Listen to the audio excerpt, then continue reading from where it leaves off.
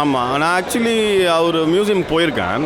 நான் அங்கே பார்த்த ப்ராப்பர்ட்டிஸ்லாம் மூவியில் அப்ளை பண்ணியிருக்காங்க.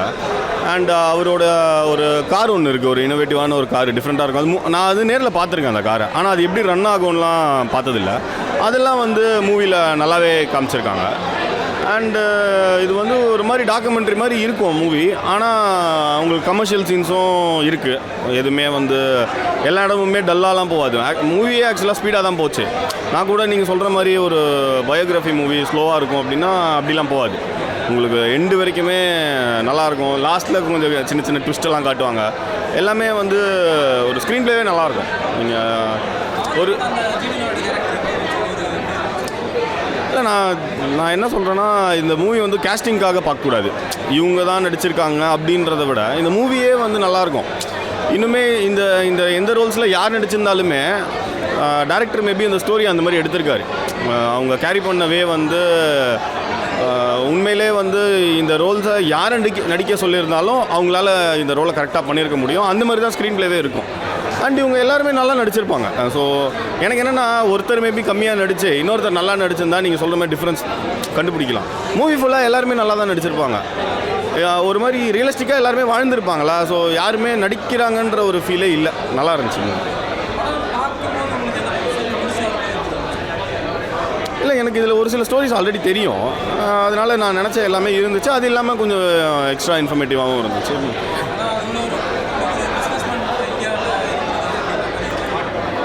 ஆமாம், அதுதான் எப்படி நம்ம சவுத் இந்தியாவில் ரெவல்யூஷன் எப்படி நடந்துச்சு, அது எப்படி கைவிட்டு போச்சு, எல்லாமே நல்லாவே காமிச்சிருக்காங்க. ஸோ மியூசிக் வந்து மைல்டாக தான் இருக்கும். உங்களுக்கு மூவி ஃபுல்லாக அங்கங்கே மியூசிக் இருந்துகிட்டே இருக்கும். ரொம்ப டிஸ்டர்பிங்காக இருக்காது. எங்கேயுமே ஓவர்லேப் ஆகாது. உங்களுக்கு மியூசிக் வந்து சீனை டேக் ஓவர் பண்ணுற மாதிரி இருக்காது. மைல்டாக இருக்கும், ஆனால் நல்லாயிருக்கும்.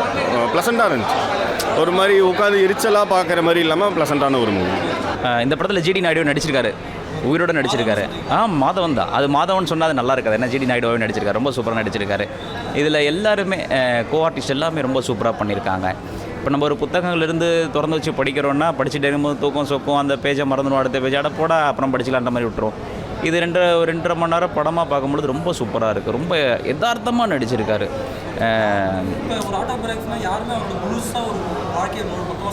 இதையுமே வந்து பார்த்தீங்கன்னா 70% தான் சொல்லியிருக்காங்க. 100% முழுசாக சொல்லலை. அப்படி 100% சொல்லியிருந்தால் கூட கண்டிப்பாக படம் நல்லா இருந்திருக்கும்.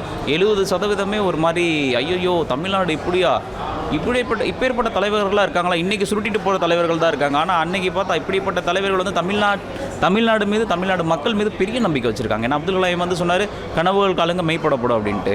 இதே ஜிடி நாயுடு என்ன சொல்கிறாருன்னா, தொலைநோக்கு பார்வையோட ரொம்ப பார்த்துருக்காரு. சாதி மதன்றதை தாண்டி பிள்ளைகள் வந்து ஒரு போர்க்களத்தை உண்டாக்குவானுங்க, அது வந்து இந்தியா முழுவதும் வேர்ல்டு வைடு திரும்பி பார்க்கும் அப்படின்னு ரொம்ப ஸ்ட்ராங்காக சொல்ல வச்சுருக்காரு. அப்போ அவரோட நம்பிக்கை உண்மை தானே இல்லை? ஏன்னா இன்றைக்கி ஒரு 100% இளைஞர்கள்னு பார்த்தா 20% தப்பான வழிக்கு போனாலும் 80% இன்னும் நாட்டு மீது பற்று வச்சுருக்க இளைஞர்கள் தான் அதிகம்.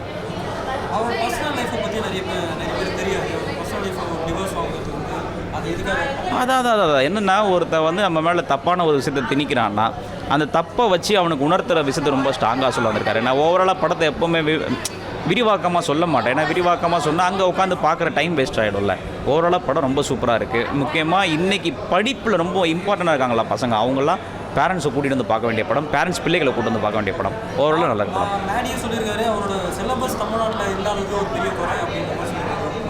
வந்திருக்கணும்ல. இப்போது மகாத்மா காந்தி வந்து எப்படி சொல்கிறது, ஒரு வன்மமான இல்லாமல் ரொம்ப சாஃப்டாக போராடி இந்தியாவுக்கு இது பண்ணார். இப்போ அவருடைய படம் வந்து ஒரு ரூபா நோட்டில் இருக்குன்னா, இப்போ இந்த மாதிரி தமிழ்நாட்டிலேருந்து ஒரு பென்ஸ் நிறுவனமே இங்கே வர வேண்டியது தடுக்கப்பட்டிருக்குன்னா, இப்போ அவருடைய வரலாறு புக்கில் இடம் பதிச்சிருக்க வேண்டியது தானே, பதிக்கல. அது நமக்கும் தானே ட்ராபேக்.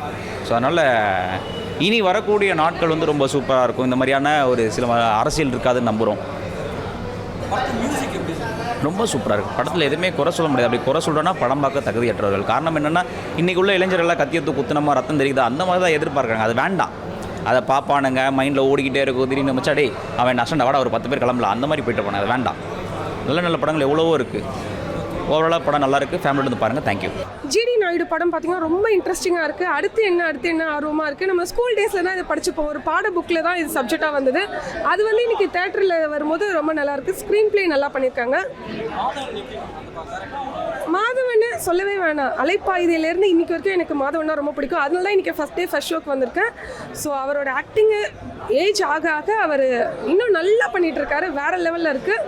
இதில் பிரியாமணி வராங்க, துர்ஷரா வராங்க, 2 ஹீரோயின் வராங்க. ரொம்ப இன்ட்ரெஸ்டிங்காக இருக்குது. ஃபேமிலி ஓரியன்டான சப்ஜெக்ட். கண்டிப்பாக ஃபேமிலியோடு போய் பாருங்க.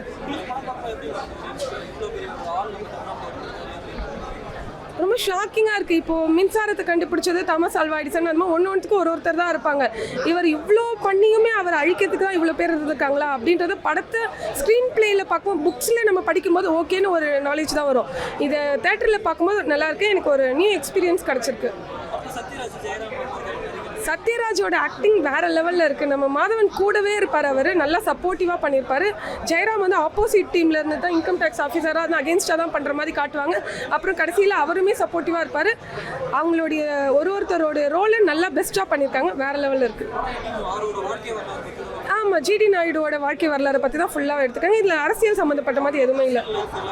ஆமாம், பர்சனல் லைஃப்பில் அவர் என்னென்னலாம் ஸ்ட்ரகிள்ஸ் எல்லாம் ஃபேஸ் பண்ணியிருக்காரு, யாரெல்லாம் போய் மீட் பண்ணார், என்ன ஆச்சுன்னு அதை பற்றி ஃபுல்லாக சொல்லியிருக்காங்க. எந்த இடத்துல கூட போர் அடிக்கவே இல்லை. இன்ட்ரெஸ்டிங்காக இருந்தது. அடுத்து என்னன்னு ட்விஸ்டடாக இருந்துச்சு. படம் சூப்பர். சத்யராஜ் சார் நல்லா நடிச்சிருக்காரு. மாதவன் சார் அதோட நல்லா இருந்திருக்காரு. ஜெயராம் சாருக்கு முக்கிய ரோல். Very super. ஜில்ராஜ் பற்றி தெரியும், படிச்சிருக்கேன். Really super. ஆமாம், அவர் ரொம்ப கஷ்டப்பட்டு வாழ்ந்துருக்காரு. வெள்ளைக்கார காலத்துலேருந்து ரொம்ப கஷ்டப்பட்டார். வெள்ளைக்காரனை எதிர்த்து இருக்கார்.